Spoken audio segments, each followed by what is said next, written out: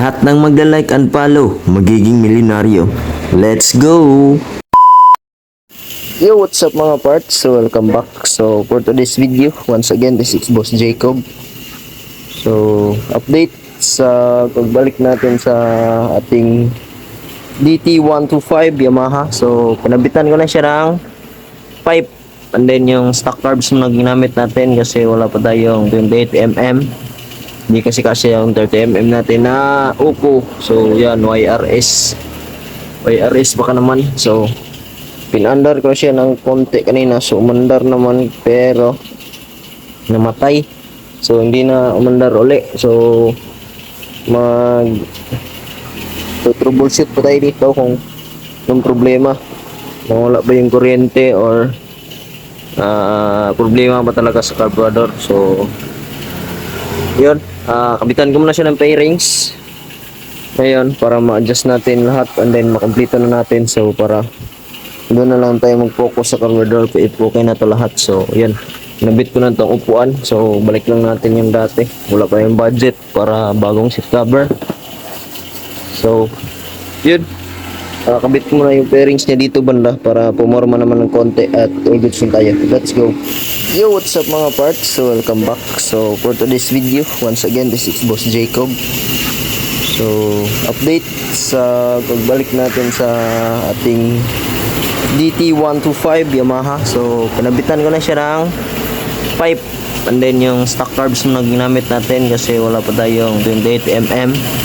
Hindi kasi yung 30mm natin na upo. So yan, YRS baka naman. So pinandar ko siya ng konti kanina, so umandar naman pero namatay, so hindi na umandar uli. So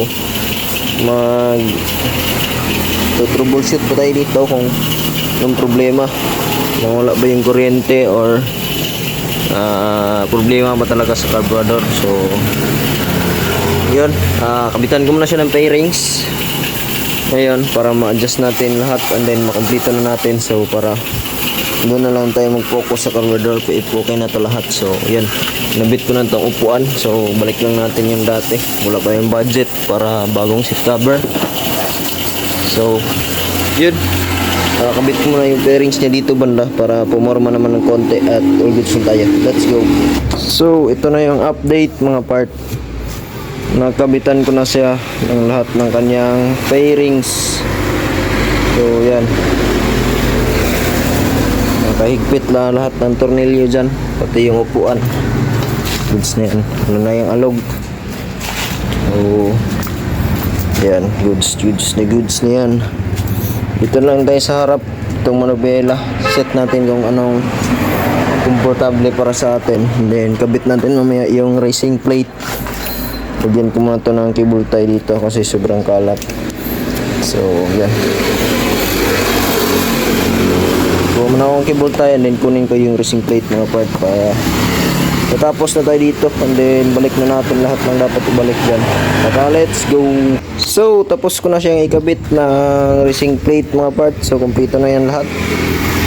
Di ba ng tangga, ayaw umandar. Duda ko sa carb talaga. So may kuryente naman at umandar ng konti kanina pero namatay agad. So